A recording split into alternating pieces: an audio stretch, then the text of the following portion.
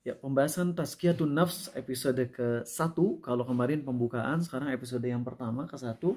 Bukunya di mana ya? Kayaknya di kamar ya. Kita buka dulu ya. Bismillahirrahmanirrahim. Ala Rasulillah.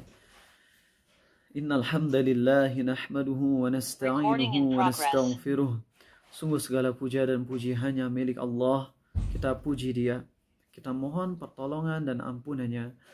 Wa na'udzu billahi min syururi anfusina wa min sayyiati a'malina.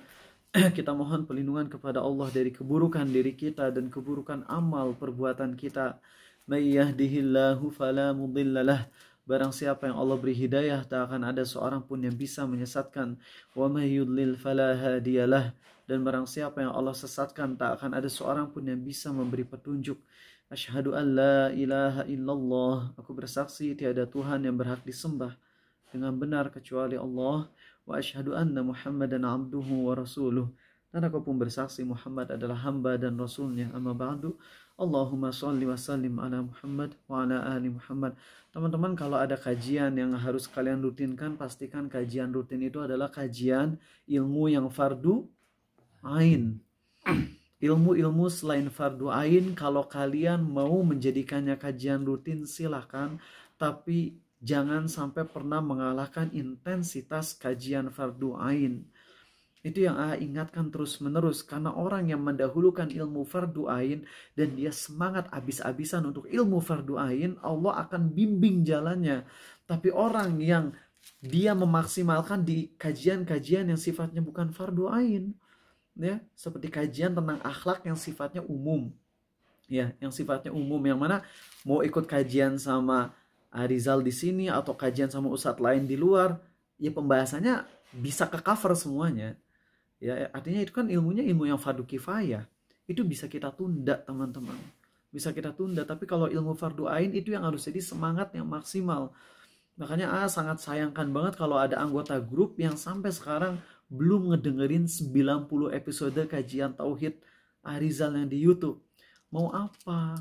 Sekedar di grup doang, kemudian gak ada semangat ngedengerin kajian tauhid yang super penting itu. Ya, dan apresiasi buat kalian yang ngikut dari awal sampai akhir terus masih ngulang. Kayak misalnya Aziz, Milzam, dan beberapa anak lagi tuh suka ngulang kajian lagi. Jadi sambil ngedengerin bareng di Zoom, kemudian saling sharing apa yang kamu dapetin dari kajian Arizal yang episode ini. Ini salut banget untuk kalian yang ngulang teh apa? Ngulang pelajaran teh? Murojaah. Bahasa Indonesianya apa? Kalau bahasa Inggris revise. Tapi kalau di bahasa Indonesia jadi revisi, jadi nggak pas. Bukan revisi, revise itu artinya mengulang pelajaran itu kalau bahasa Inggris ya. Jadi itu penting teman-teman. Nalar, bukan nalar. Pokoknya pastikan kalian semangat untuk mempelajari ilmu fardu ain, karena itu akan jadi keberkahan buat kalian. Dan selain itu juga kalau AA tahu kalian sering ngemurojaah kajian AA, ya AA makin cinta ke kalian dong. Dan AA akan semakin all out ke kalian dong. Lihat aja anak-anak yang kontak AA-nya cuma sesekali, jarang ikut kajian. Ketika dia mau minta di privat, AA jarang ngerespon. Tapi giliran Milzam pingin privat, AA langsung respon, nggak pakai nunggu lagi. Datang Zam, sini, gratis, sok ayo. Kenapa? Karena AA tahu di antara kalian ada yang semangat belajarnya, ngulang lagi. Hafiz di Jogja, pas AA ke Jogja langsung AA all out untuk ngetes bacaan Hafiz sampai berapa jam ya Hafiz. Salah-salah terus ya. Tapi kan terbukti gitu loh, kalau kalian semangat belajarnya, A juga semangat. Dan kalau kalian gak semangat ya A-nya juga jadi turun semangatnya untuk ngajarin privat kalian. Ya. Kecuali kalau ada bayaran. Supaya apa? Supaya A gak ngerasa sia-sia. Ya. Setidaknya AA ngeluarin jasa AA karena pingin kamu serius, tapi kamu gak serius sama usahamu, ya udah serius dengan uangmu. Dan itu halal. Ya, walaupun memang secara adab kurang baik dari sisi Arizal, tapi dari sisi kaliannya jadi baik. Dengan kalian dibebani uang, kalian akan gak sia-siakan. Sebagaimana yang sekarang kajian gratis. Tapi kadang datang, kadang enggak. Kadang datang, kadang enggak. Ini terbukti ada yang masalah dengan sebagian dari kalian tuh. Bismillah. Tapi sayangnya sindiran ini kurang cocok. Kenapa? Karena sindiran ini kagak didengerin sama yang kagak kajian gitu. Didengerinnya sama kalian-kalian lagi yang emang rutin kajian. Ya udah, makanya kalau bisa potong bagian sini, kirimin tuh ke yang jarang kajian tuh secara personal. Nih, Ariza lagi ngejek kamu gitu. Lagi nyindir kamu. Oke, baik teman-teman, kita akan mulai kajian yang sangat penting. Ini kajian yang fardu ain. Kita akan memulai dulu dengan pembahasan khusyuk salat wajib atau enggak.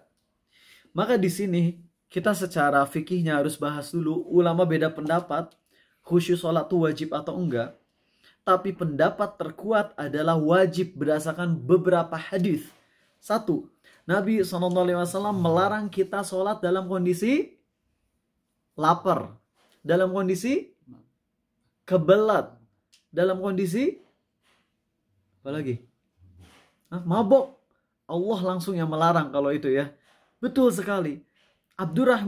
Abdurrahim Green atau Anthony Green, salah satu guru online Arizal yang dengerin kajiannya dari dulu awal hijrah, Ustadz dari London. Beliau itu dulu ketika masuk Islam banyak banget maksiat yang gak ditinggalin sampai 2 tahun.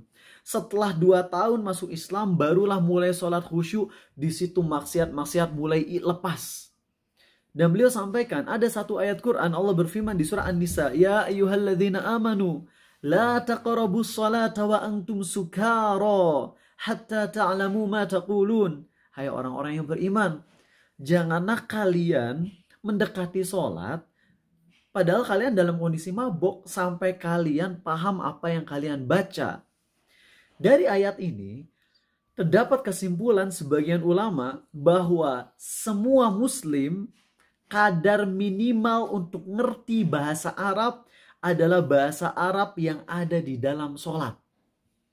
Kita mungkin gak bisa bahasa Arab ya, gak ngerti. Kita lagi misalnya umroh atau haji ke toko ayam goreng dan sebagainya, kita nggak bisa pakai bahasa Arab misalnya, nggak ngerti.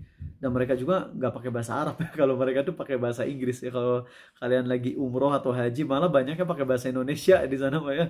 Ayo Jokowi Prabowo itu nawarin ke orang-orang Indonesia teh. Diskon untuk Prabowo Jokowi, maksudnya untuk orang-orang Indonesia gitu. Nah teman-teman, jadi kalau kalian gak bisa bahasa Arab, oke lah.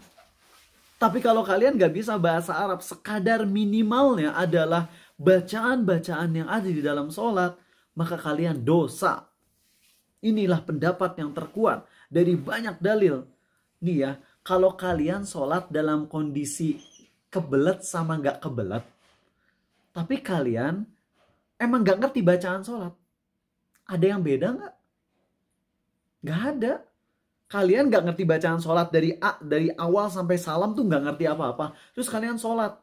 Baik kalian sholat lagi kebelet kek, atau kalian sholat gak kebelet kek, sama aja gak ngerti apa yang dibaca. Gak ada bedanya. Lalu kenapa Nabi SAW melarang sholat dalam kondisi kebelet? Ya karena alasannya kalau kebelet buyar semua kehusyuan kita atau dominannya buyar. Paham? Jadi pendapat terkuat dari para ulama, khusyuk dalam sholat hukumnya wajib. Dan teman-teman udah sering ngeliat banyak dari murid-murid AA yang dulunya kelihatan pas SMA khusyuk banget sholatnya. Itu tuh dosa-dosa mereka tuh dihijrahi, ditaubatin. Giliran udah masuk kuliah, mantau lagi sholatnya, kok sholatnya jadi ngebut gini, jadi gak kayak dulu yang kelihatan banget khusyuknya. Bener aja, setelah sholatnya udah gak khusyuk, dia pun curhat, saya sholat udah gak khusyuk lagi, maksiat balik lagi. Kalau misal kalian ikut pendapat khusyuk sholat gak wajib, oke, misalnya ya, misal kalian berpendapat gak wajib sholat khusyuk, tapi efek dari sholat gak khusyuk itu kita jadi balik ke maksiat yang dulu kita udah bisa menjauhinya. Itu sendiri membuktikan bahwasanya sholat khusyuk itu penting. Karena dengan khusyuknya sholat, kita jadi bisa kejaga dari maksiat. Dengan kita nggak khusyuk, itu tinggal tunggu aja waktunya dimana kita bakalan balik lagi ke dosa. Makanya mempelajari khusyuk sholat kira-kira penting nggak? Penting. Harga mati itu mah. Terserah kalian mau ikut pendapat ulama yang tidak mewajibkan. Tapi bagi Arizal ini harga mati. Mengusahakan untuk bisa khusyuk itu harga mati. Gak boleh ditunda. Harus diusahakan. Oke. Ini penting banget teman-teman. Nah kemudian Apin kalian merenungi beberapa poin ini ya.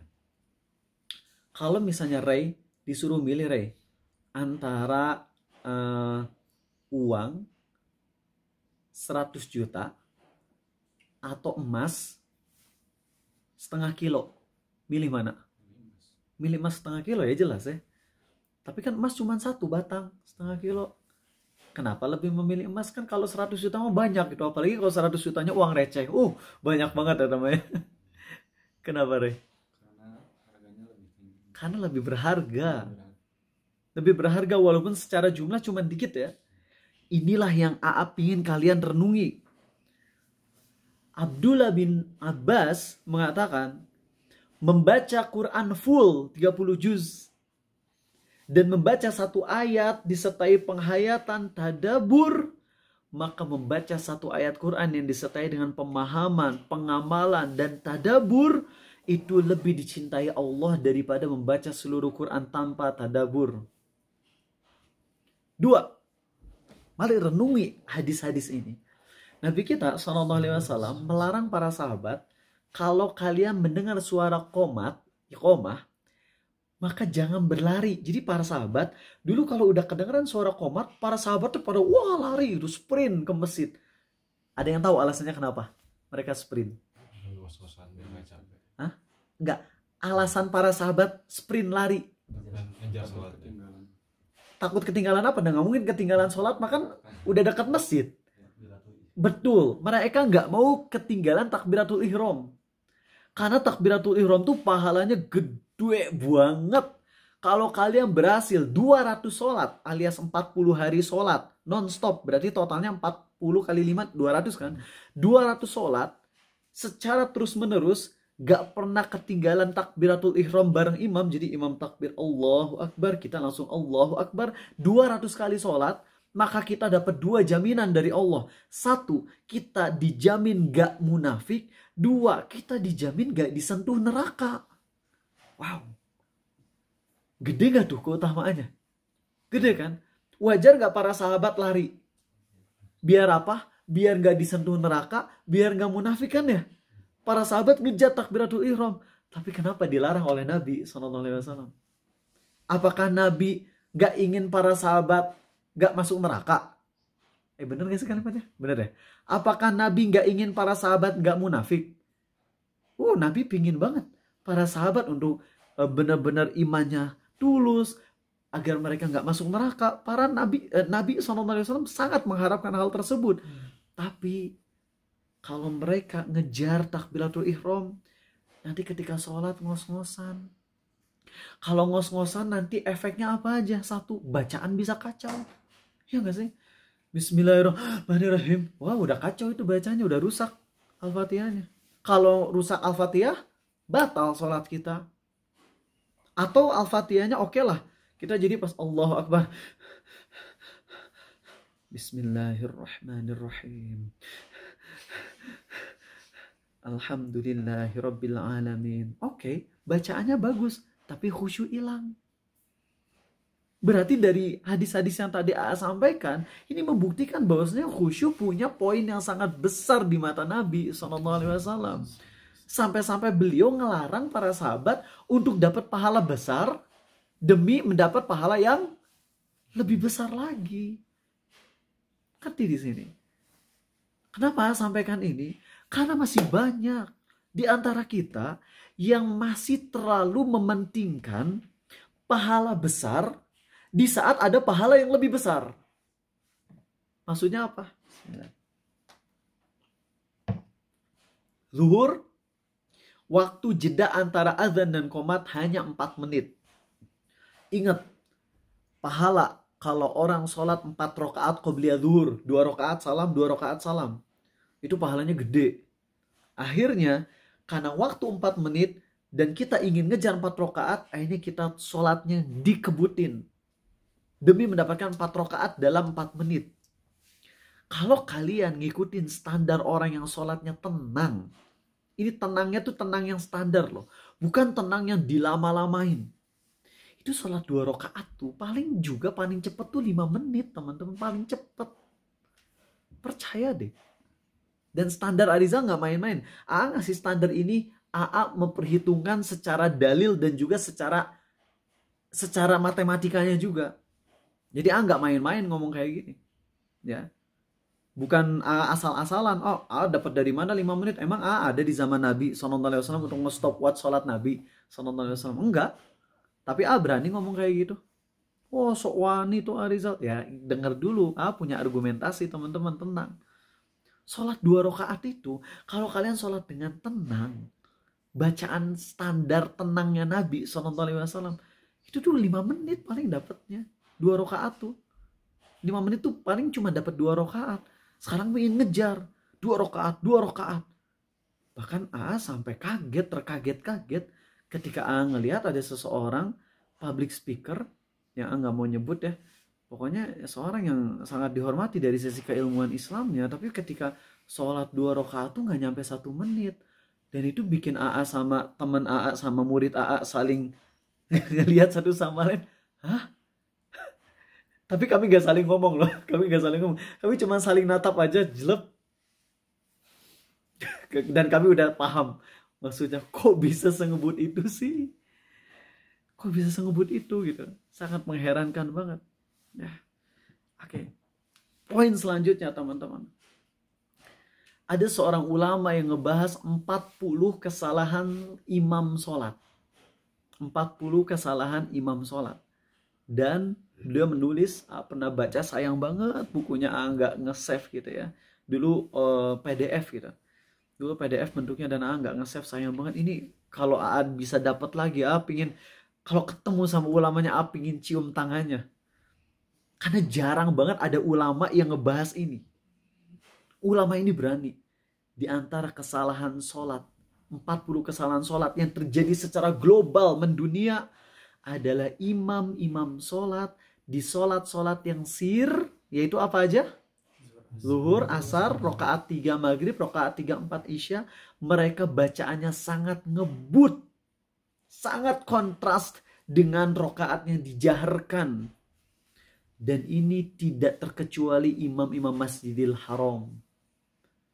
Artinya imam Ka'bah, imam Masjidil Haram, imam Masjid Nabawi sama ngebut sholat duhur dan asarnya. Kalau ngebahas ini langsung dipotong bisa berbahaya. Bisanya ngiranya mungkin ngejek-ngejek Ka'bah. Oh no way teman-teman. Sama sekali nggak ada niat ngejek Ka'bah. Ingat, Ka'bah itu mulia. Ka'bah itu sempurna. Ka'bah itu adalah syiar Allah. Tapi orang-orang yang ada di sekitar Ka'bah adalah manusia seperti kita. Bukan nabi, bukan sahabat sallallahu alaihi wasallam radhiyallahu anhum. Maka yang namanya manusia tidak maksum. Maka kalau ada kesalahan ya sudah sepantasnya dinasehatin. Dan nasihat itu seharusnya membuat kita merenung gitu loh. Ingat, Imam Masjidil Haram yang sekarang hidup, Imam Masjid Nabawi yang sekarang hidup, siapapun demi Allah, berani sumpah, gak ada dari mereka yang lebih mulia daripada Sa'ad bin Abi Waqqas. Demi Allah gak ada di antara mereka yang lebih mulia dari Abu Bakar As-Siddiq. Demi Allah gak ada di antara mereka yang lebih mulia daripada Umar bin Al-Khattab. Mereka gak lebih mulia daripada Umar bin Abdul Aziz. Maka kalau kita mau menjadikan patokan, tentunya bukan mereka. Kita memuliakan mereka dengan keilmuan tajwid mereka, keilmuan hafalan Quran mereka, kita muliakan itu semua. Tapi kita jangan pernah tutup mata dari kekeliruan. Kekeliruan itu jangan sampai kita mau nutup mata. Oh, apa kamu berani-beraninya ngomongin Imam Masjidil Haram? Emang kamu siapa? Ini kalimat kayak gini harus dibuang teman-teman.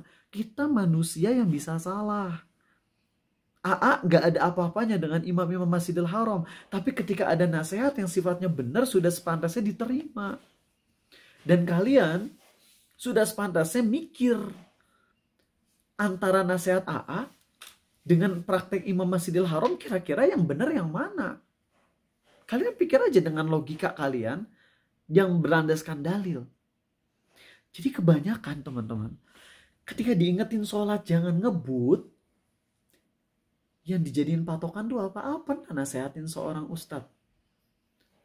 Tolong jangan ngebut, sholatnya jangan ngebut banget, Ini ngebutnya terlalu parah banget, Kami baru takbiratul ihram udah baru baca bismillahirrahmanirrahim rakaat 1 udah ruku lagi. Ngechat secara personal dan dibales. Terima kasih atas nasihatnya. Alhamdulillah. Senang awalnya gitu. Ariza senang ketika bisa menasihati beliau dengan seperti ini. Tapi kemudian ngirim lagi SMS. Tapi saya juga waktu umroh atau lagi haji, Imam Masjidil Haram juga sholatnya cuma 20 detik rakaat 3/4-nya. Jelek. Kenapa yang jadikan patokan adalah Imam Masjidil Haram? Kalau mau menjadikan patokan, pastikan jadikan patokan adalah para sahabat Nabi SAW. Yuk kita lihat hadis-hadis yang sering disalahpahami oleh orang sehingga orang-orang sholatnya turbo speed. Pertama, hadis Nabi SAW sholat qobliyah subuh. Apa kata Aisyah? Aku tidak pernah melihat Nabi SAW sholat dengan sangat ringkas. Aku sampai berpikir Nabi SAW baca Al-Fatihah atau enggak ya? Sampai orang sebagian ngira, oh berarti Nabi SAW sholatnya super duper ngebut. Jangan memahami dari satu hadis. Dalam hadis yang lain Aisyah ngomong sendiri. Nabi itu SAW dalam sholat qobliyah subuh beliau membaca Al-Fatihah dan beliau juga membaca surat setelahnya. Dan beliau itu Aisyah menyatakan Nabi SAW sholatnya cepat banget karena Aisyah membandingkan dengan sholat malamnya Nabi SAW. Sholat malamnya Nabi ngebaca apa? Rakaat 1-nya Al-Baqarah, habis Al-Baqarah baca An-Nisa, habis baca An-Nisa Ali Imran. Kalau kita baca dengan standar normal itu habis sekitar 6 jam satu rakaat. 6 jam. Ya pantaslah kalau 6 jam Nabi SAW misalnya sholatnya kalau Al-Fatihah dengan tenang banget lalu baca Inna atau Inna Kal Kautsar pas berdiri itu kira-kira berapa detik? Al-Fatihah tenang lalu Inna atau Inna Kal Kautsar 90 detik lah. Ya pantas nggak 6 jam dengan 90 detik sehingga Aisyah bilang sholat Nabi ringkas banget. Pantas nggak? Ya pantas banget. Itunya apa namanya teh? Perbandingannya emang jauh banget loh. Nabi SAW sholat anggaplah 6 jam ya di tahajudnya Al-Baqarah, Ali Imran, An-Nisa 6 jam lalu dibandingkan dengan sholat Nabi SAW qobliyah subuh yang cuma baca Al-Fatihah sama surat pendek yang mana itu mungkin cuma sekitar 90 detik sampai 2 menit. Ya pantas saja Aisyah bilang aku sampai mengira kayaknya Nabi nggak baca Al-Fatihah gitu loh. Tapi bukan berarti kemudian kita memahami hadis ini dengan oh karena Nabi seakan-akan gak baca Al-Fatihah berarti aku harus nyobain nih. Al-Fatihah tercepatku berapa? 20 detik. Berarti aku harus lebih cepat dari 20 detik misalnya kayak gitu. Ya gak gitu logikanya. Dan ini yang diingetin sama para ulama ketika ngebahas hadis Sa'ad bin Abi Waqqas atau Abdullah bin Amr bin Al-As. Ketika Sa'ad bin Abi Waqqas dan Abdullah bin Amr bin Al-As sholatnya ngebut banget. Pas ditanya kenapa kamu sholatnya ngebut banget? Jawabannya karena aku takut was-was. Jadi kalau emang hati lagi benar-benar gak bisa khusyuk, kita lama-lamain nantinya bukannya khusyuk tapi malah makin was-was. Pada saat itu agak dipercepat. Tapi dipercepatnya kata para ulama patokannya tetap patokan Nabi SAW. Dan berapa sih gimana cara sholat Nabi SAW? Para sahabat mengatakan jadi gini, Abdullah bin Umar atau sahabat lain lupa. Kalau nggak salah Abdullah bin Umar ngelihat Umar bin Abdul Aziz waktu masih segede Zaid, masih usia 10 tahun. Siapa tadi? Umar bin Abdul Aziz masih segede Zaid 10 tahun. Sholat di masjid, sholat sunnah. Pas lagi sholat sunnah, Abdullah bin Umar, siapa Abdullah bin Umar teh? Anaknya Umar. Kalau Umar bin Abdul Aziz siapanya Umar? Cicinya atau di bawah cici malah anak cucu cici anak cici ya begitu. Lihat aja itu apa derajatnya Umar bin Abdul Aziz itu siapanya Umar gitu ya. Anggap aja anaknya cici, setelah cici nggak tahu lah great son lah gitu ya. Itu Umar bin Abdul Aziz. Kata Abdullah bin Umar saat Abdullah bin Umar lagi ngelihat Umar bin Abdul Aziz, beliau bilang apa? Aku belum pernah melihat ada seorang anak muda yang sholatnya paling sempurna, paling ringkas. paling mengikuti sunnah Nabi SAW lebih daripada Umar bin Abdul Aziz. Terus emang gimana sholatnya Umar bin Abdul Aziz? Dia rukunya membaca kurang lebih 10 kali Subhana Rabbiyal Azim. Tah eta ringkasnya Nabi SAW adalah 10 kali Subhana Rabbiyal Azim. Nih ya, mau praktekin versi rada ngebut. Terus ini versi tajwidnya salah ya. Kita tahu kalau Subhana Rabbiyal Azim itu kalau mau digabung dengan Subhana Rabbiyal Azim selanjutnya harusnya gimana bunyinya? Subhana Rabbiyal Azim, Subhana Rabbiyal Azimi atau Subhana Rabbiyal Azimin? Ayo. Asraf bisa ini gak? Gak ngelihat itunya soalnya gak ngelihat apa tajwidnya. Kalau a'la gampang. Kalau Subhana Rabbiyal A'la bisa digabung. Ya Subhana Rabbiyal A'la, Subhana Rabbiyal A'la, Subhana Rabbiyal A'la bisa, itu mah gampang. Tapi kalau azim nih, versi ngebut nih ya. Subhana Rabbiyal Azim, Subhana Rabbiyal Azim, Subhana Rabbiyal Azim, Subhana Rabbiyal Azim, Subhana Rabbiyal Azim, Subhana Rabbiyal Azim, Subhana Rabbiyal Azim, Subhana Rabbiyal Azim, Subhana Rabbiyal Azim. Ini bukan bermaksud ngejek-ngejek kalimat zikir. Ini cuman ngomong ya. Kalimat zikir yang udah jelas salah. 10 detik.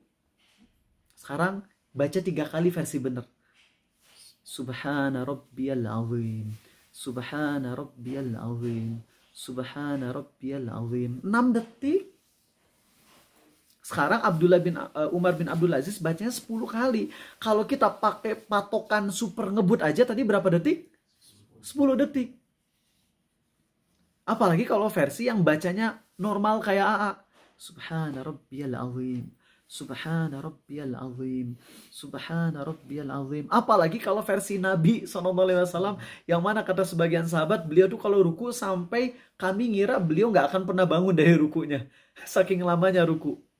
Ya, beliau ruku tuh sampai hampir setara dengan berdirinya gitu.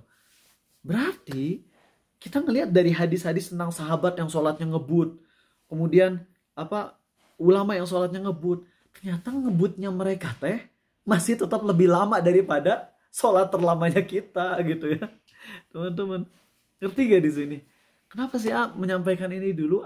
Pingin ngasih muqaddimah dulu. Sebelum kita masuk ke pembahasan khusyuk sholat, ingin ngasih muqaddimah ini dulu. Buat kalian yang udah ngedenger ini, lalu kalian masih sholatnya versi ngebut, karena ngejar pahala, sampai kalian akhirnya lupa untuk ngejar khusyuk, padahal pahala khusyuk lebih besar secara kualitas, kalian berarti termasuk yang gak semangat untuk memperbaiki sholat, teman-teman.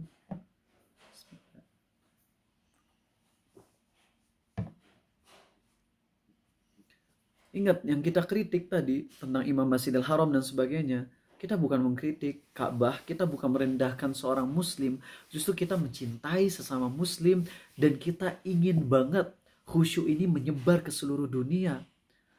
Tapi kalau misalnya Imam Masjidil Haram yang dijadikan patokan oleh banyak manusia aja sholatnya ngebut, apa yang bisa kita harapkan dari orang-orang awamnya? Ketika menyampaikan ilmu khusyuk ini aja, yaitu tolong baca Al-Fatihahnya yang tenang. Padahal nyampainya logis gak sih? Kan nyuruhnya gini, tolong kalau sholat zuhur, bacaan Al-Fatihahnya disamain temponya, kecepatannya dengan sholat maghrib rakaat 1 dan 2. Logis gak nyampein gini? Sangat logis banget kan? Mah gak nyuruh tolong kalau sholat zuhur dan asar, Al-Fatihahnya please deh 3 menit. Enggak.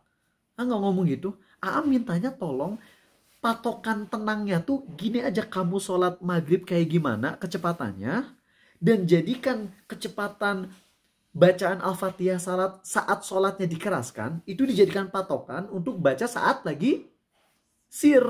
Itu aja yang minta. Nyampainya udah jelas sesuai logika aja, yang kalian pun bisa, iya bener sih Ariza, nggak ada yang salah.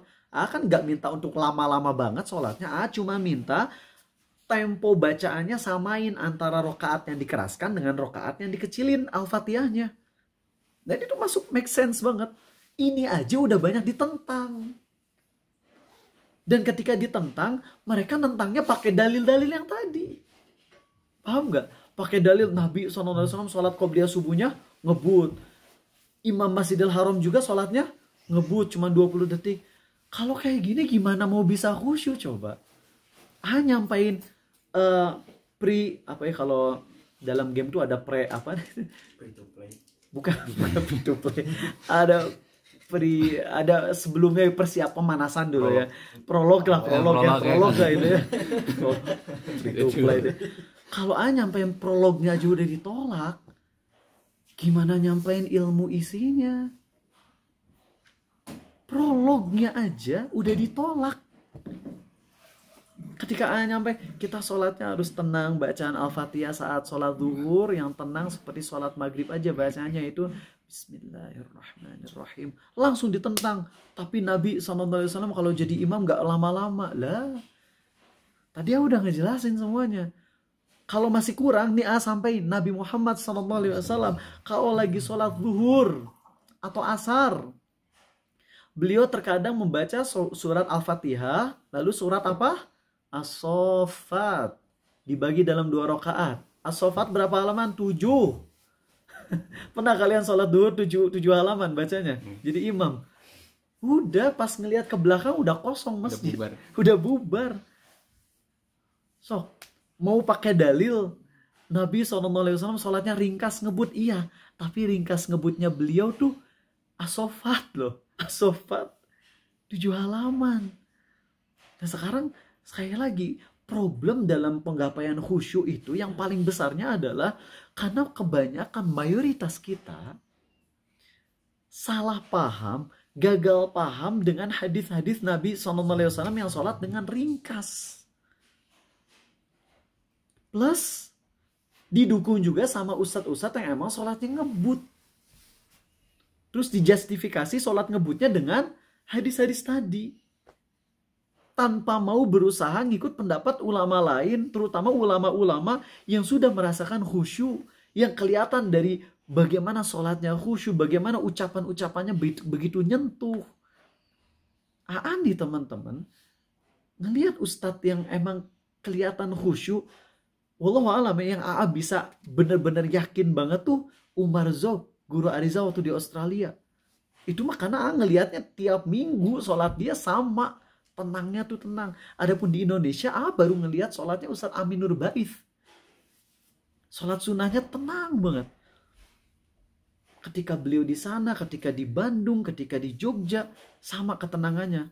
Ya Allah alam, tapi akan baru ngobservasi beliau baru 3 kali. Ya, tapi kata jemaah lain juga sama, yaitu Ustadz Amin Nur Baif itu kalau sholat sunnah tenang gitu. Tapi kalau Umar Zok ngelihatnya udah selama 2 tahun, jadi bisa lebih yakin banget. Dan ketika ngebandingin dengan ustadz lain tanpa merendahkan mereka, tercengang dengan kecepatan sholat mereka. Siapa yang berani nasihatin ustadz-ustadz yang sholatnya ngebut tersebut? Apalagi yang gelarnya udah doktor. Pasti gak ada yang berani. Yang ada malah ketika nasihatin dibalikin.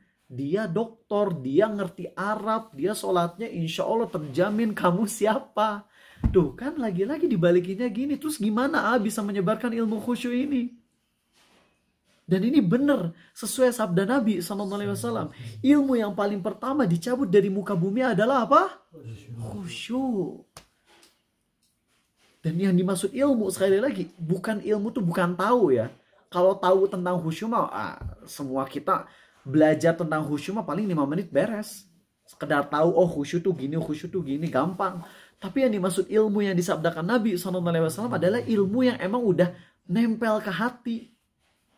Artinya, ketika Nabi SAW bersabda ilmu yang paling pertama dicabut dari muka bumi adalah khusyuk, artinya yang paling mayoritas orang di muka bumi ini sholatnya tidak khusyuk, itu maksudnya. Sehingga yang bisa merasakan khusyuk hanya sedikit.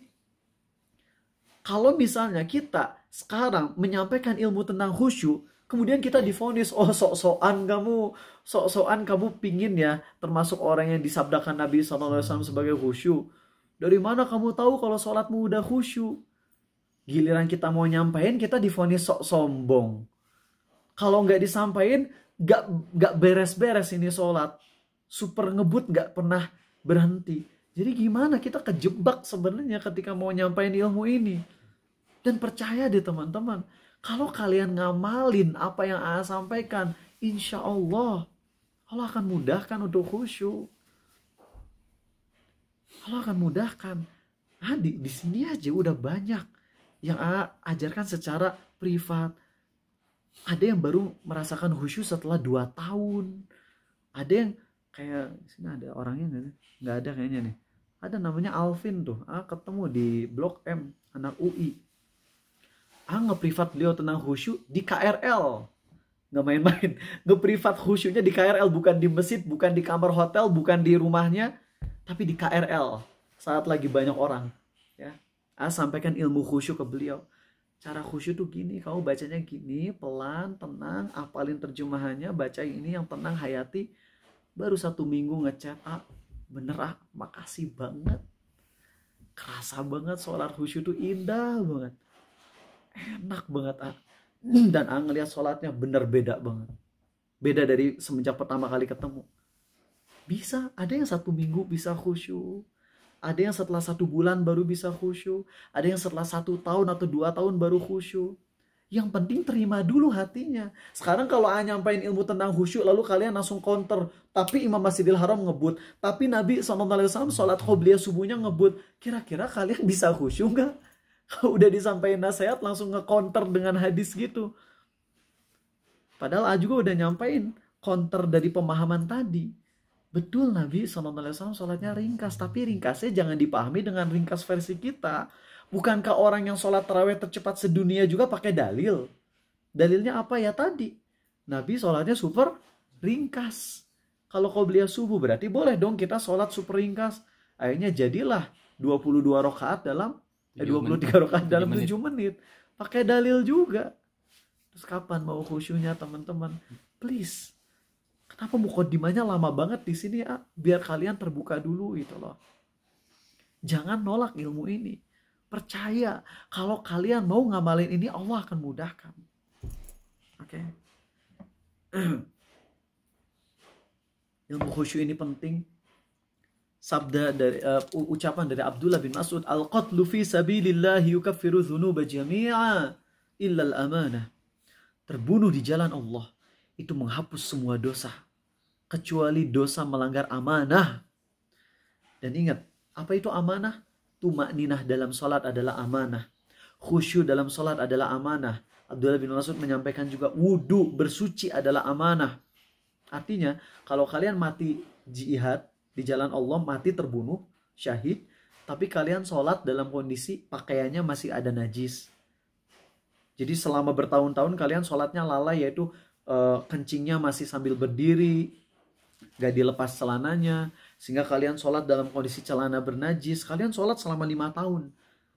Terus kalian juga wudunya masih salah, kagak belajar lagi fikih wudu yang benar selama 5 tahun. Terus habis itu kalian jihad di jalan Allah dan mati syahid. Mati syahidnya tercancel. Bayangin kalian jihad di Palestina itu luar biasa. Pahalanya gede. Tapi ketika kalian misalnya 5 tahun, 10 tahun sholat dalam kondisi lalai wudunya, lalai kencingnya. Kalian mati syahid, kata Abdullah bin Mas'ud, tercancel pahala syahidnya. Makanya penting gak ngebahas tentang sholat yang benar? Penting. Dari tata cara sholatnya, dari bersucinya, dari khusyuknya, itu penting banget. Jangan diremehin. Ini ya mukadimahnya agak panjang. Maaf nanti mungkin ketika tadaburnya malah singkat. Tapi apa yang nyampain ini? Karena kalau misalnya kalian udah disampaikan ilmu ini lalu kalian nge-counter langsung, Arizal mah ini dari mana akal-akalan Arizal aja sholatnya kayak gini. Ya udah, serahin ke kalian. Cuma pengen bilang aja, khusyuk dalam sholat tuh indah. Demi Allah berani bersumpah. Emang udah khusyuk? Itu mah terserah Allah. Mau menilai Arizal khusyuk atau enggak. Tapi merasakan ketika sholat ngerti apa yang dibaca. Ketika sholat kemudian ngerenungin isinya itu indah banget. Itu yang bisa sampaikan. Nggak mau memvonis diri khusyuk. Tapi cuma menyampaikan, kalau lagi sholat ngerti yang dibaca, apalagi kalau bisa nangis, itu tuh indah banget. Itu aja yang pengen sampaikan. Terserah kalian mau menilai khusyuk atau enggak. Allah yang jadi saksi kok. Allah yang lebih patut untuk menilai khusyuk atau enggak. tapi sekedar pengen ngasih info aja, kalau orang-orang yang ajarin ilmu khusyuk, mereka juga udah ngasih testimoni ke Rizal, bener saya ngerasain khusyuk sholat indah banget. Kira-kira kalau ada 100 orang yang ajarin, dan 100 orang itu ngomong dengan ucapan yang sama, padahal 100 orang ini gak saling kenal satu sama lain. Kira-kira ada potensi dusta nggak? 100 orang ngomong kalimat yang sama padahal mereka nggak pernah saling kenal, tapi testimoninya sama ke Rizal. Itu kira-kira valid nggak persaksian mereka? Valid. Itu namanya apa? Mutawatir itu. Kalau dalam ilmu hadis mah 100 orang yang berbeda dari daerah yang berbeda ngomong satu kalimat yang sama. Itu mutawatir. Dan itulah yang terjadi ketika AA sampaikan ke murid-murid AA yang nggak saling kenal satu sama lain. Ya. Dan mereka ternyata merasakan hal yang sama. Ketika ngamalin apa yang AA sampaikan, sholatnya bener enak banget. Baru pernah saya ngerasain sholat kayak gini. Di SMK dekat sini, yang kalian tahu dekat sini ada pesantren apa? Itu ada orang yang sholatnya na'udzubillah. Sholat 2 rakaat gak nyampe setengah menit. Kebayang gak sih ngebutnya? Gak nyampe setengah menit. Super ekstrim ngebut. Dan ketika mulai pendekatan, nyindir dia, kamu nih sholat ngebut banget. Coba deh sholat baca sama terjemahannya, hayati. Itu teman-teman dalam 2 minggu dia bilang ke bener, sini saya pingin ngomong sama kemarin saya baru pulang dari asrama, saya ke masjid, dari masjid balik lagi ke asrama, itu bener hati saya gak pernah ngerasain ini. Dia ngomong dengan berbunga-bunga banget, dengan antusias banget. Bener saya ngerasain khusyuk sholat indah banget. Dan dia di sekolahnya kelihatan banget, beda banget, akhlaknya berubah, sholatnya berubah, nikmat banget. Sekarang lagi di Malaysia dia. Dan nanya gimana sholatmu, gak akan pernah saya tinggalin, ilmu yang sampaikan tentang khusyuk itu indah banget. Kalau setelah gogorowokan kieu, naon gogorowokan bahasa Indonesianya? Setelah rada tegas kayak gini, kalian masih mau nge-counter Rizal dan bilang, udahlah, nggak usah berlebihan, ya wis, nggak tanggung jawab. Ya. Ingat, khusyuk itu bukan sekedar ilmu di otak, tapi diamalin di hati. Jadi kalau kalian ngelihat ada profesor atau doktor di bidang Islam, tapi sholatnya super ngebut, terus kalian bilang, tapi dia juga kelihatan sholatnya ngebut, padahal dia udah profesor, ya simple sih. Kalau khusyuk seharusnya nggak ngebut, itu aja. Ya, itu aja patokannya. Kalau khusyuk nggak akan ngebut, itu jaminan. Ya. Baik teman-teman, ini masih part 1 ya. Nanti insya Allah part 2-nya akan saya sampaikan minggu depan. Part 1 ini akan ending dengan ucapan dari ini kajian dari Ustadz Abdurrahim Green, hafizahullah, semoga Allah menjaga beliau, dari Ustadz dari London. Dan masih ingat kajian ini dengerin di kelas 10 SMA, kelas 1 SMA. Berarti 18 tahun yang lalu teman-teman. 18 tahun yang lalu masih ingat dengan kajiannya ya, karena kalian coba dengerin kajian Ustadz Abdurrahim Green tentang perjalanan akhirat. Terus kalian coba hayati deh. Kalian pasti punya dugaan kuat kalau Abdurrahim Green ini sholatnya khusyuk banget. Karena sekali lagi pembahasan pekan lalu masih ingat, kalau orang tuh ada yang lihai dalam penyampaian tapi kurang nyentuh hati. Tapi beliau ketika ceramah nyentuh banget. Dan orang itu bisa nyentuh hati tidak lain adalah karena dirinya, hatinya juga khusyuk. Oke, ini sebagai penutup teman-teman. Mudah-mudahan kalian gak ngantuk ya. Pekan depan insya Allah kita akan praktekin dari bacaan A sampai Z. Ya, insya Allah. Ibnul Qayyim menyampaikan 5 tingkatan orang yang sholat.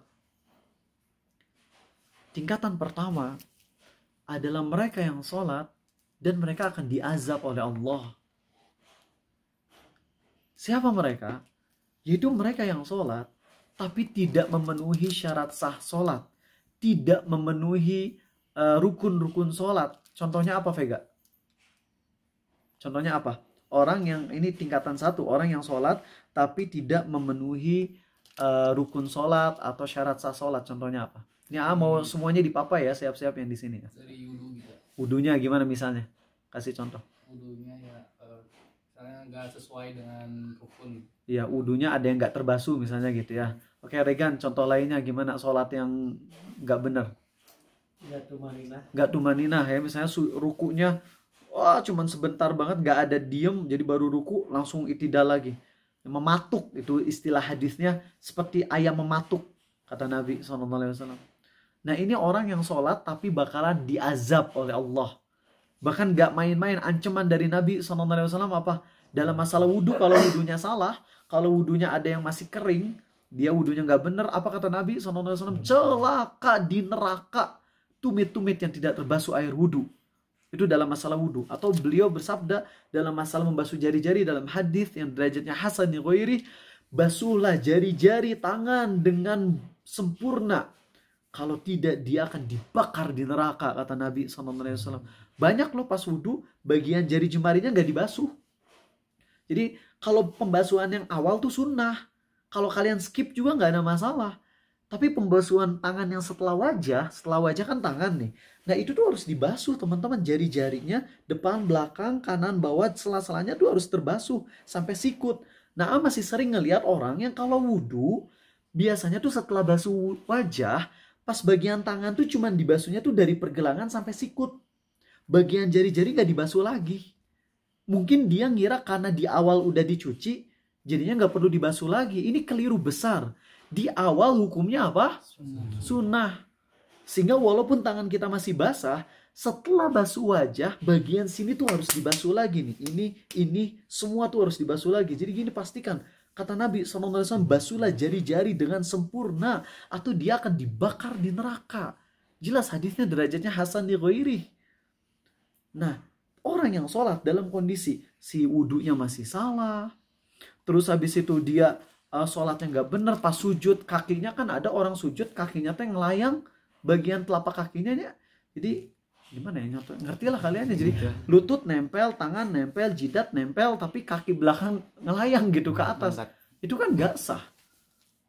Itu nggak sah menurut banyak ulama. Nah orang sholat kayak gini diazab.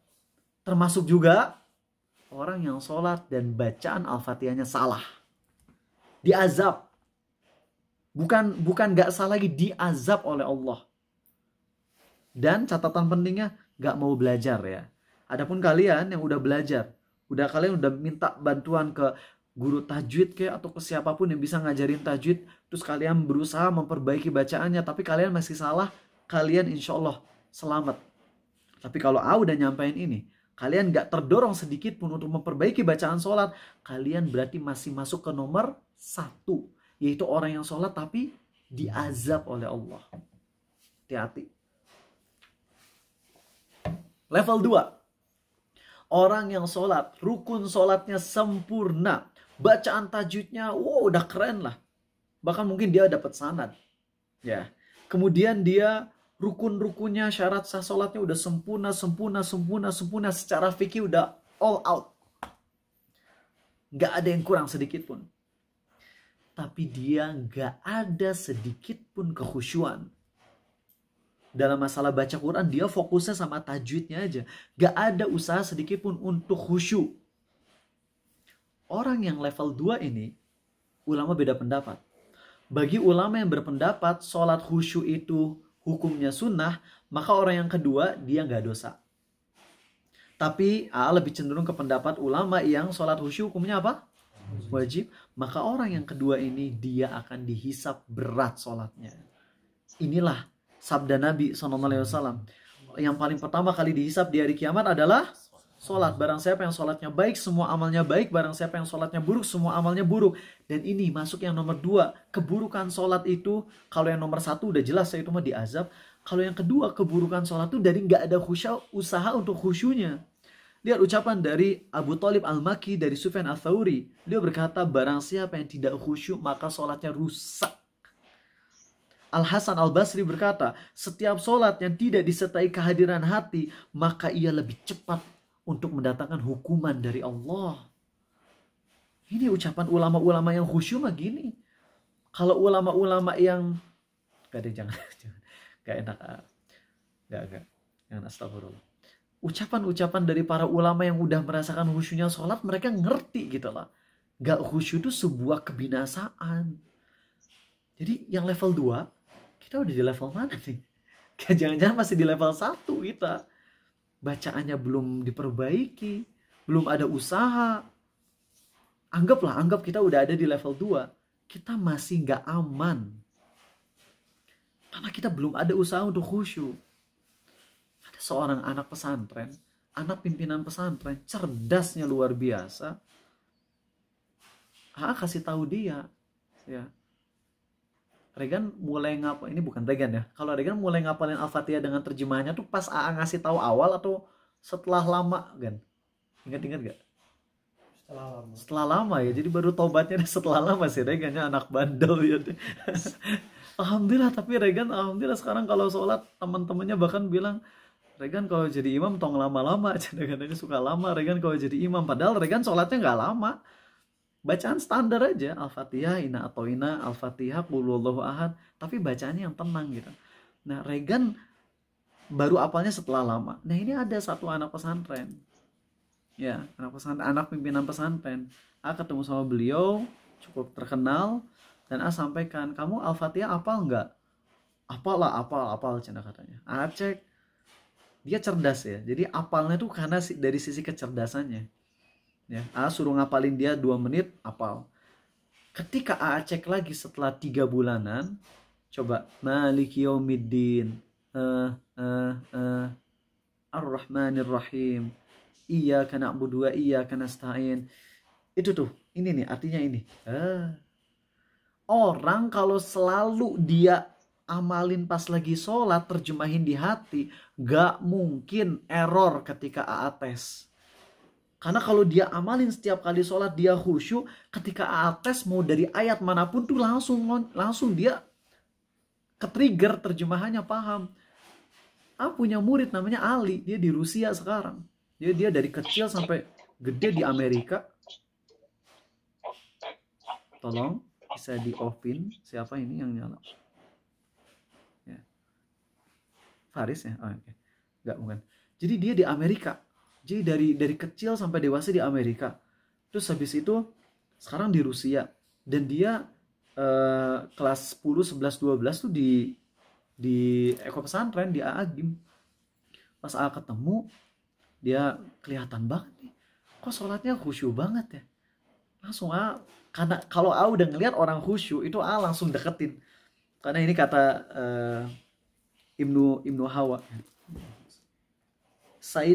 Kata Said bin Hawa, beliau berkata, kalau Anda menemukan ada orang yang khusyuk dalam sholatnya, pegang eratlah tangannya. Jadi karena dia teman sejatimu, kan dia adalah teman yang benar-benar akan mengantarmu keselamatan pada akhirat. Kurang lebih beliau ucapkan gitu. Ngeliat, ini si Ali sholatnya keren banget. Terus saya bilang, Assalamualaikum brother, can I test you about Al-Fatihah? Yes, of course. Terus saya langsung baca, what is the meaning of Maliki Yaumiddin? Dia langsung jawab straightforward, langsung tanpa ada jeda sama sekali. The honor of the judgment day. Iyyaka na'budu wa iyyaka nasta'in. Only to you we worship, only to you we ask for help. Wah, bener kan? Kalau orang sholatnya khusyuk, ditanya terjemahan Al-Fatihah tuh udah gak perlu mikir. Langsung nempel. Nah, jadi ini penting. Itu nomor 2 ya. Sekarang poin nomor 3. Kira-kira ada yang bisa nebak tingkatan orang sholat nomor 3 yang kayak gimana kira-kira, Gan? Sama dengan nomor 2, bedanya dia mengusahakan khusyuk. Dan khusyuknya bisa jadi cuma 10%. Jadi dia sholat, khusyuknya cuma 10%. Tapi orang semacam ini dia akan dapat pahala jihad. Walaupun khusyuknya minoritas, cuma 10%, tapi setidaknya dia mengusahakan. Maka Allah gak akan menyia-nyiakannya. Orang macam ini, yang mengusahakan khusyuk, dia akan diberi pahala oleh Allah. Dia akan diberi pahala oleh Allah. Terutama pahala jihad. Jihad untuk bisa khusyuk dalam sholat. Walaupun ternyata dalam sholatnya cuma 10% khusyuknya, cuma 20%. Paling banter 50%. Tapi dia udah dapat pahala jihad. Targetin minimal nomor 3. Level 4, kata Ibnu Qayyim, adalah orang yang mencapai derajat khusyuk dominan. Jadi dalam sholatnya dominannya khusyuk. Mereka lah orang-orang yang mendapatkan pujian dari Allah di surah Al-Mu'minun. Qad aflahal mu'minun alladzina hum fi salatihim khashi'un. Itu level 4. Adapun level 5, level al-muqarrabun, yaitu mereka yang sholatnya bisa dibilang 100% hatinya itu terpaut sama Allah dalam sholat. Mereka adalah level-level sholatnya seperti Nabi SAW, Abu Bakar As-Siddiq, Umar bin Al-Khattab. Walaupun memang nggak selalu ya. Kalau Nabi SAW selalu lah, jelas. Tapi kalau Umar bin Al-Khattab level 5, tapi nggak dalam semua sholat. Dalam riwayat yang sahih, Umar bin Al-Khattab pernah sholatnya ngeblank. Beliau sholat gak baca apa-apa pas sholat maghrib. Dan ternyata beliau gak baca apa-apa karena keingetan sama barang dagangan di luar negeri. Jadi selevel Umar bin Al-Khattab yang sudah sampai level 5 dalam sholatnya, terkadang emang dalam sebagian momen lupa gitu, lalai. Tapi setelah kelalaian itu beliau langsung tambal dengan amal soleh yang luar biasa. Nah, kita minimal berusaha untuk ada di level berapa? 3. Kalau udah di level 3 tuh aman, teman-teman. Tapi kalau belum ada mengusahakan, bahkan sampai sekarang cuma di nomor 1 bahkan, celaka kita sholatnya. Diazab. Ingat loh, diazab ini kalau nggak ada usaha untuk memperbaiki diri. Tapi kalau kalian mengusahakan, mulai sekarang kalian lobby Arizal kek, kalian lobby guru kek untuk minimal perbaikin Al-Fatihah dulu dah. Kalau tasyahud gimana nih? Bisa kalian tanyain, bisa setoran ke Elwin, bisa setoran ke Ashraf. Sok temenan tuh sama Ashraf, temenan sama Elwin, temenan sama siapa lagi, sama Noval. Minta privat ke mereka kayak, ya mereka insya Allah nggak minta bayaran, ya kan gratis ya kalian. Tasyahud kayak, kalau memperbaiki Al-Fatihah mah bisa sama banyak ustadz, tapi memperbaiki tasyahud jarang. Karena ustadz banyak nggak concern sama bacaan tasyahud, banyak banget. Percaya deh, aku punya murid dari Libya dan dia udah dapat sanad bacaan Quran, tapi bacaan tasyahudnya kacau balau. Ini membuktikan memang kebanyakan orang fokusnya memperbaiki bacaan Al-Fatihah dan lupa untuk memperbaiki bacaan tasyahud. Padahal para sahabat berkata, Nabi SAW mengajarkan kami doa tasyahud sebagaimana beliau mengajarkan kami Quran. Dan para ulama fikih menyampaikan bahwasanya kalau orang tidak memperbaiki bacaan dalam rukun qaulinya, yaitu apa aja? Ulang. 1, takbiratul ihram. 2, Al-Fatihah. 3, tasyahud akhir. 4, assalamualaikum. Kalau mereka nggak memperbaikinya, nggak ada usaha, maka sholatnya nggak sah. Adapun kalau udah mengusahakan tapi masih belum benar, maka tetap sah. AA nih ya, AA kan ini, AA balik usia 10 tahun, baru mulai rajin sholat di usia 13 tahun. Tapi A dulu udah berusaha memperbaiki tajwid, tapi emang gak ada guru waktu di Australia. Tapi A berusaha semampu A, lewat rekaman dari ustadz, dari qori, ya, semampu A, karena emang gak ada guru gitu. Mau nyari karena dulu terbatas banget di Australia.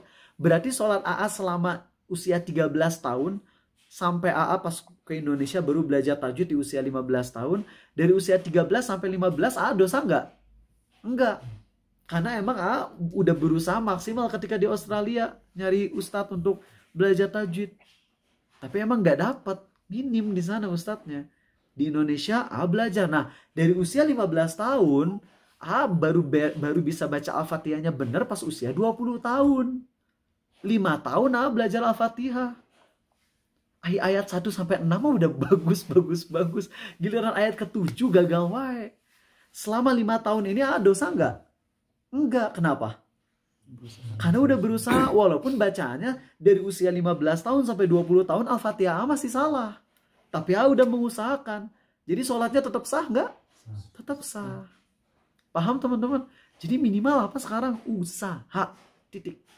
Itu aja teman-teman ya. Ini baru part 1. Nanti insya Allah part kedua minggu depan kita akan bahas sampai mendalami bagaimana bacaan sholawat, bagaimana doa sujud, doa ruku disertai penghayatannya. Ya, dan kasih syarat siapapun mohon untuk dengerin kajian yang pekan ini ya, yang minggu depan mungkin hadir tapi belum dengar kajian minggu ini maka harus ngedengerin dulu. Oke, Buat kalian yang udah hadir, terutama di luar anggota grup, terima kasih, screenshot. Dan kalian punya tiket untuk nanya ke Arizal gratis di WhatsApp. Kasih bukti kalau kalian ikut kajiannya. Kalau kalian belum dibalas-balas, chat lagi. Karena emang Arizal sekarang emang mendahulukan yang curhat masalah fidyah dan kafarat. Ya. Tapi kalau yang kalian butuh juga, insya Allah akan ladenin kalau kalian ikut hadir kajian ini dan belum dijawab, chat lagi aja sampai AA ngejawab. Jangan malu, karena itu hak kalian. Karena itu janji dari Arizal dan itu hak kalian. Oke, ada 7 menit untuk tanya jawab. Silakan yang mau nanya boleh. Ya, mau nanya. Elwin. Ya. Bismillahirrahmanirrahim. Mau nanya kan, kalau yang khusyuk itu kan pastinya dia menghayati bacaannya. Ya. Nah, kalau dia tuh ada yang khusyuknya tuh karena misalkan ingat dosa gitu. Nah, itu gimana? Nah, baiknya. Jadi ada orang yang ketika sholat dia nangis, tapi nangisnya bukan secara spesifik menghayati ayat yang dia baca, tapi dia nangisnya karena dosa, karena ingat dosanya. Kening ada Alvin di sini, punten Alvinnya. Ternyata ada di sini orangnya. Atau baru datang Alvin? Tadi ya ngecek nggak ada Alvin. Tadi ya ngomongin Alvin, tapi nggak apa-apa kan ngomongin kebaikannya ya. Nah, apa? Oh, jadi ini kata Imam Al-Ghazali di kitab ini juga dibahas. Kalau ada orang yang sholat dan dia dalam sholatnya dia tuh nangis, tapi nangisnya tuh karena duniawi, maka itu nggak dihitung khusyuk sama sekali. Oke? Ada orang misalnya diputusin pacar, pas lagi sholat nangis, tapi yang diingetnya pacarnya gitu. Itu mah jelas nggak ada poin khusyuk sama sekali, walaupun nangisnya sampai gogowakan gitu lagi sholat, itu nggak ada nilainya, nggak ada. Karena itu nangisnya karena duniawi. Ya. Tapi kalau dia nangisnya karena akhirat, karena ingat sama dosa, bayangin kita lagi baca ayat tentang pembagian waris misalnya. Walakum nisfu ma taraka azwajukum illam yakul lahunna walad. Lagi ayat tentang waris, tapi kita nangisnya tentang dosa. Nyambung nggak? Nggak nyambung di situ. Maka dia dapat pahala karena rasa takutnya kepada akhirat, tapi dia nggak dapat pahala penghayatan ayat tersebut. Paham? Bisa menghayati ayat tentang waris. Gimana caranya menghayatinya? Apakah ingat matematika? Ya, dan nanti kitanya pusing. Kalau ingat pembagian 1/10, kalau lagi sholat, kita bukan ingat matematikanya. Kalau kalian lagi sholat baca ayat tentang waris, kemudian kalian ingatnya mana 1/3, 1/10, 1/4, 1/2, itu nggak pas. Itu nggak cocok buat khusyuk pada saat itu. Apa yang kira-kira dihayati saat lagi baca ayat tentang waris? Bisa. Kalian ketika ngebaca itu aja 1/4, 1/2, 2/3, itu silakan dibaca di lisan. Tapi yang kita hayati betul sekali. Yang kita hayati adalah, ya Allah, betapa adilnya dirimu dan penuh hikmah dalam pembagian waris ini. Ngerti nggak? Jadi ketika kita baca tentang warisnya bisa nangis. Nangisnya karena ingat sama keadilan Allah dan hukumnya yang sempurna. Paham di sini ya? Bagus pertanyaannya Elwin. Allahu a'lam. Oke. Ya. Ada yang mau nanya lagi? Tegan, Vega? Enggak? Belum? Oke. Baik. Saya sedang memperbaiki diri termasuk dalam menjaga khusyuan sholat, dan salah satu hal yang membuat tidak khusyuk adalah karena posisi saya sedang di posisi dilema, yaitu memikirkan langkah untuk menikah. Nikah jadi gak khusyuk ya. Ada hal yang ingin saya tanyakan, bagaimana jika seseorang memiliki kondisi kesehatan tertentu akibat masa lalunya, namun sudah bertobat dan dinyatakan aman secara medis? Apakah ia wajib menyampaikan hal tersebut saat ta'aruf? Meskipun hal itu bisa membuka aib, mohon ditinggalkan. Aib yang sudah ditinggalkan. Mungkin ini kasusnya tentang ini nanya secara privat kok ya, jadi aman dia. Nggak akan nyebut dia siapa. Mungkin HIV atau AIDS ya, atau penyakit yang hubungannya dengan free sex. Kalau misalnya udah dinyatakan aman secara medis, ya, saran A pertama tunggu dulu selama 1 tahun atau 2 tahun, karena kalau nggak salah dulu pernah dibahas sama dokter Boyka atau siapa gitu ya. Jadi HIV itu ada yang sifatnya itu memang nggak ada gejalanya, ya. Jadi bisa nularin tapi nggak ada gejalanya, dan itu yang dikhawatirkan. Ya, jadi tunggu, ya. Taubat, tunggu, dan sekarang kumpulin duit dulu aja teman-teman. Kalau kalian sekarang gaji 5 juta per bulan, kalian punya tabungan 10 juta atau 20 juta, lalu kalian nikah dengan modal 20 juta tabungan dan juga uang bulanan 5 juta, itu pilihan kalian. Itu kalian nikah dan tawakal. Tapi kalau kalian nunda 2 tahun biar uang tabungannya 100 juta, terus kalian nikah, itu juga tawakal. Itu juga tawakal, tinggal pilih, mending milih tawakal versi yang pertama atau tawakal versi yang kedua. Tergantung kemaslahatan masing-masing. Ya, seperti itu. Oke. Terkadang ketika terjemahin Al-Fatihah di hati saat jadi makmum, kadang suka ngeblank. Nah, kalau kalian suka ngeblank, dipercepat aja bacaannya. Ya, jadi gini, kalau emang lagi ngeblank, ini nanti kita bahasnya pekan depan yang lebih rincinya. Kalau kalian udah paham banget Al-Fatihah, tapi kalian lagi dalam kondisi banyak banget pikiran di otak, maka baca Al-Fatihahnya tanpa dihayatin dulu. Jadi pertama baca Al-Fatihahnya, Bismillahirrahmanirrahim, Alhamdulillahirrabbilalamin, sampai waladhdallin. Pas udah bilang amin, sebelum kita pindah ke ayat lain, surat pendek, baru kita hayati dulu Al-Fatihah secara global. Yaitu apa? Ya Allah, Engkau Maha Pengasih, Maha Penyayang, pemilik hari pembalasan, aku akan berjumpa denganmu, tunjukkan aku ke jalan yang lurus. Jadi secara global aja penghayatannya, gitu ya. Definisi khusyuk itu bagaimana? Gak usah didefinisiin, ya, gak guna. Jujur aja, gak terlalu berguna mendefinisikan khusyuk. Karena khusyuk itu yang paling penting apa? Dirasain, bukan didefinisiin. Dan kalau didefinisiin juga kita bingung. Khusyuk adalah ketundukan hati. Tunduk hati teh kumaha? Apa maksud tunduk hati gitu? Tunduk hati artinya menerima pasrah ketetapan Allah. Ya, orang yang ditinggal nikah sama pacarnya juga pasrah dengan ketetapan Allah. Apakah itu khusyuk? Enggak kan? Jadi kita jangan fokus sama definisi, tapi kita langsung aja insya Allah ke prakteknya. 1 menit lagi ya. Pas saya ke Polres, saya explore tempat di sana dan ternyata lewat di jalan yang di depannya ada kandang anjing tanpa saya sadar. Saya was-was jalan yang saya injak itu bekas lewat anjing karena pas itu habis hujan besar dan jalan basah. Ya nggak najis lah. Kalau najis anjingnya itu di luar, itu otomatis suci. Dengan adanya hujan, hujan itu udah versi yang udah sangat suci. Karena hujan udah jelas kena debu, kemudian dihantam lagi sama air sucinya, jadi udah nggak usah takut kalau yang memang di luar mah, di tanah apalagi, itu udah jelas nggak ada masalah. Ada yang mau nanya lagi dari kalian? Nggak ada? Oke, ini pertanyaan terakhir ya. Ini masih ada.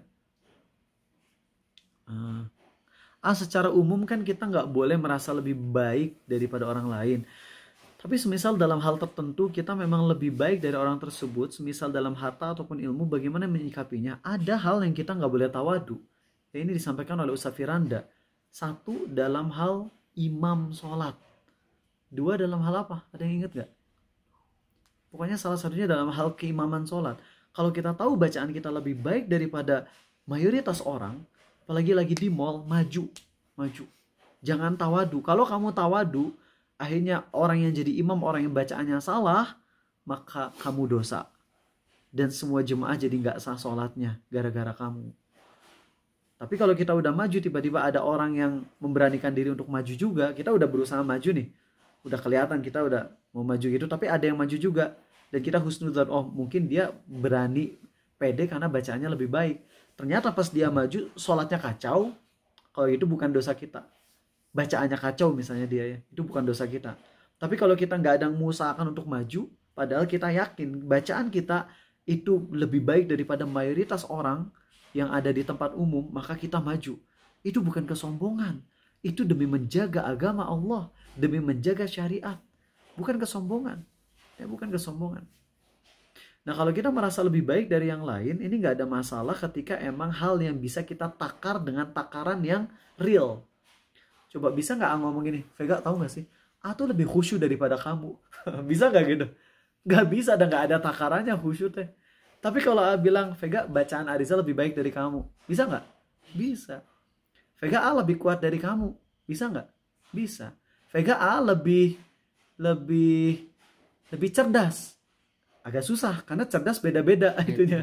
Beda-beda tergantung bidangnya yang mana. Nah, jadi tergantung ya Alvin bagian mananya ya. Oke? Barakallahu fikum semuanya, makasih udah sabar ya, seneng yang hadir di sini sampai jam 10.15, 10.17. Sampai ketemu di pekan depan, dan insya Allah pekan depan tinggal siapin hati teman-teman. Siapin hati, kita bahas dari A sampai Z insya Allah, sampai salam ya. Subhanakallahumma wa bihamdik, Maha suci Engkau ya Allah dan segala puji bagimu. Asyhadu an la ilaha illa anta. Aku bersaksi tiada Tuhan yang berhak disembah selain Engkau sahaja ya Allah. Astaghfiruka wa atubu ilaik. Aku mohon ampunan padamu dan aku taubat padamu. Assalamualaikum warahmatullahi wabarakatuh.